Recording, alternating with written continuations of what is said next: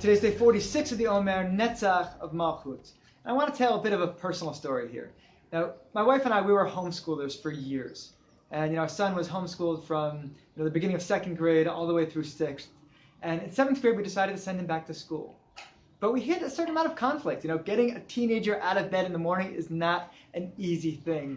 I remember as a kid, the number of times my father would wake me up and then come back 5 minutes later and wake me up again, and come back 5 minutes later and wake me up again. I was a pain, and the same thing happened to me. It was hard getting my son up for school plenty of times. And it's like, okay, look, at a certain point, what do you do? What threats can you give? How can you create this whole thing? And at a certain point, we had a day where he was just like refusing to go to school, and I saw the way that Hannah was handling it. It wasn't working. It wasn't so efficient. And I said to her, it's like, I want to try something. Can I do that? And she said, well, you say that, but then, she tends to be more of the enforcer in the family. It's like, then you're going to want me to come back and keep track of what you're doing and enforce your policy. I'm like, no. I will take this. I'm going to take this. I'll be completely in charge of it 100%, but I want this one. And she's like, okay, if you want it, go for it. And I told my son, it's like, okay, for every hour that you're late for school today, you owe me 10 hours of probation. And we'd never used that term probation before. He had no idea what probation was. And he's like, okay, well, fine, whatever. Well, I'm not going. So he stayed home, and he's basically gone for that. So he's missed like 6 hours of school. And I was like, okay, you owe me 60 hours of probation. During probation, you're not going to get your Kindle. You're not going to get, to watch videos. You're not going to get all of these things that he liked. You would lose them during the period of probation. So he's like, okay, so that means that I need to, so for a 60-hour period, I don't have my Kindle? Fine, I can put up with that. I was like, oh, no. That's not how probation works. You have to earn each and every hour of probation back. So you can do that by doing, an hour of doing extra chores. That would earn you an hour of probation. An hour of watching something really educational.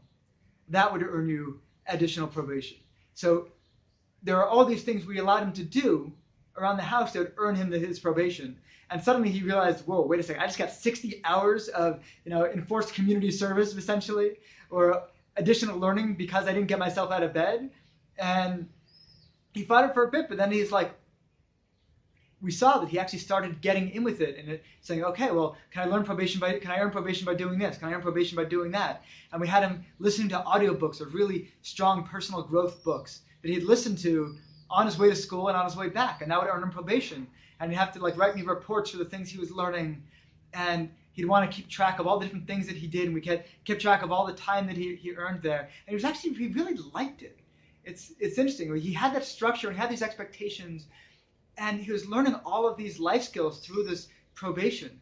And it worked really well, actually. In fact, there are times when he finished probation that his behavior would plummet again. And it was almost like a relief to him to be back on probation, to do something wrong, and he'd have to earn his probation again because he was really flourishing from all these things he was learning. But this is an example of Netzach of Sheva Malchut. That Malchut again is our domain, and really in my dominion of my family. It's not just my dominion. This is something I share with my wife, and we have different roles in the family. And she had really been much more of the enforcer. And that was leading to a certain amount of conflict that was going on. And I'd step back because, some of I don't really like argument. And so, if she and I would have arguments about how we should handle a certain discipline thing, I'd tend to defer because, I didn't really want to get into a fight over it. So I'd pull back. And at a certain point, I was seeing that just things weren't going well. I'm like, okay, no, I am taking this back. I need to be a disciplinarian in my family. I need to create this structure in my family because there's too much conflict, there's too much yelling, there's too much battling going on, and I need to step in and take over ownership of this area. And that's really Netzach of Malchut. Malchut is your dominion, and Netzach is, okay, I gotta really fight against whatever is getting in my way. I've got to take extreme ownership over this area. And that really was a very transformational moment for me and for our family when I was able to step forward and say, I've been lacking here, but my Malchut, my dominion, my family needs me to be stronger, to be an enforcer, to be a disciplinarian here, to lay down the law. And it worked. It worked really well. In fact, of my 14 years of parenting, I can't think of anything that worked quite as well as that period.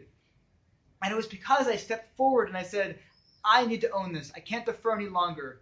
I can't avoid conflict with my wife over what our disciplinary techniques are going to be. I can't avoid conflict with my son over about, you got to do this, you got to step into this. I need to step in here and make sure to right the various wrongs that I was seeing in front of me. And it worked extremely well. So I just want to leave you with this message of, what are the various domains in your life?